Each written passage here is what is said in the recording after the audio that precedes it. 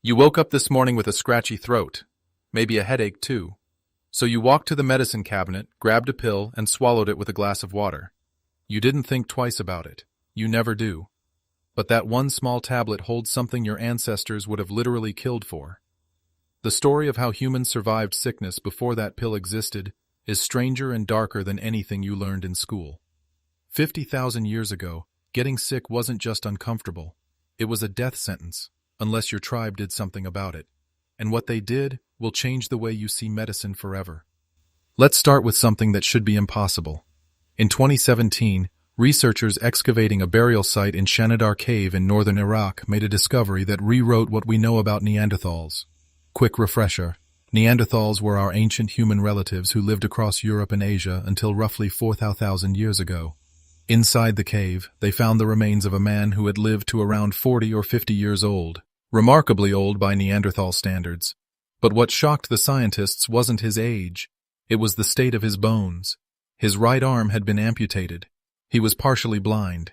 He suffered severe arthritis throughout his spine and joints. He could not have hunted. He could not have gathered food. By every measure of survival, he should have died decades earlier. His tribe fed him, cared for him, protected him for years. People caring for each other is the oldest evidence of healthcare on Earth. Caring for the sick didn't start with hospitals. It started around a fire, 60,000 years ago. But care wasn't the only weapon early humans had. They had plants. Long before anyone understood bacteria, viruses, or inflammation, humans learned through trial and error which plants healed, and which ones killed. That knowledge came through thousands of quiet, unrecorded deaths. The evidence is written directly into the archaeological record. Meet Ötzi the Iceman, a 5,300-year-old mummy found frozen in the Alps.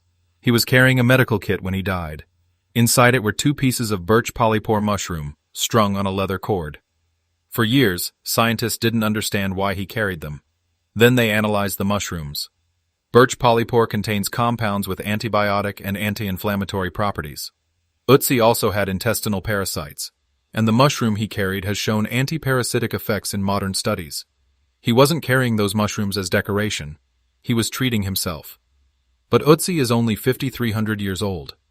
The story goes back much further. Archaeologists studying Neanderthal dental plaque found traces of plants with zero nutritional value at a site called El Cedrón in Spain. Among them, yarrow and groundsel, both with well-documented medicinal properties. The Neanderthals weren't eating these plants for calories. They were eating them because they worked. This behavior dates back at least 50,000 years. And then there's willow bark. Humans have been chewing willow bark for at least 3,500 years, documented in ancient Egyptian medical papyri. The active compound in willow bark is salicin. Your body converts salicin into salicylic acid. In 1897, chemists at Bayer synthesized a stable version of that compound. They called it aspirin. The pill in your medicine cabinet is the exact same molecule your ancestors pulled off a tree. And now here's where the story gets darker. When plants weren't enough, ancient humans went further, much further.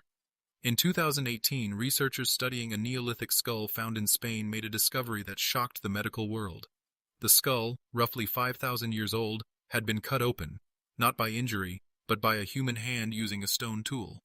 It showed signs of healing, meaning the person survived the procedure. This practice is called trepanation, the oldest known surgical procedure in human history.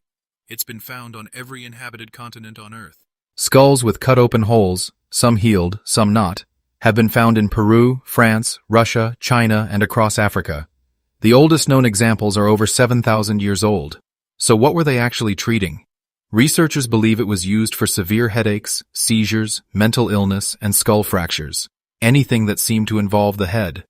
The idea that something inside the skull was causing the problem, and that opening it might help, was ancient humans reverse engineering a problem they couldn't fully see, and the survival rate was not negligible.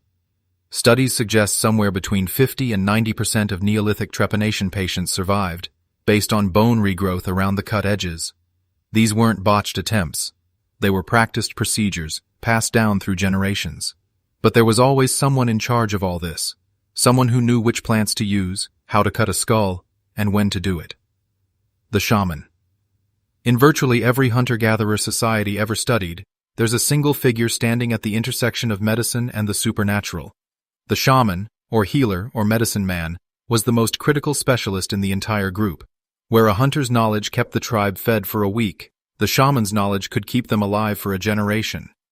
A 2021 study published in PLOS One analyzed grave sites from the Natufian culture in the eastern Mediterranean, dating back roughly 12,000 years. One burial stood out from all the rest. The body belonged to a woman in her 40s.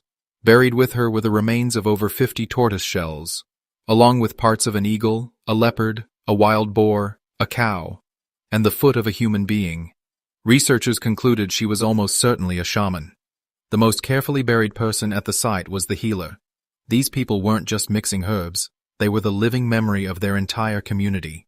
They carried the accumulated medical knowledge of dozens of generations, passed down through practice, story, and ritual.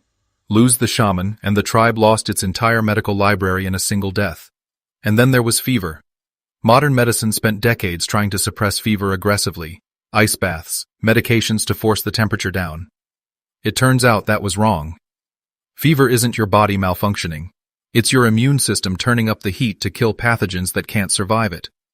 Ancient humans understood this intuitively, long before they had scientific terms for it. Ethnographic studies of living hunter-gatherer groups show a consistent pattern. The feverish are moved closer to the fire, not cooled down. Only in the last century did we discover the immunological mechanism that proves that instinct was right all along.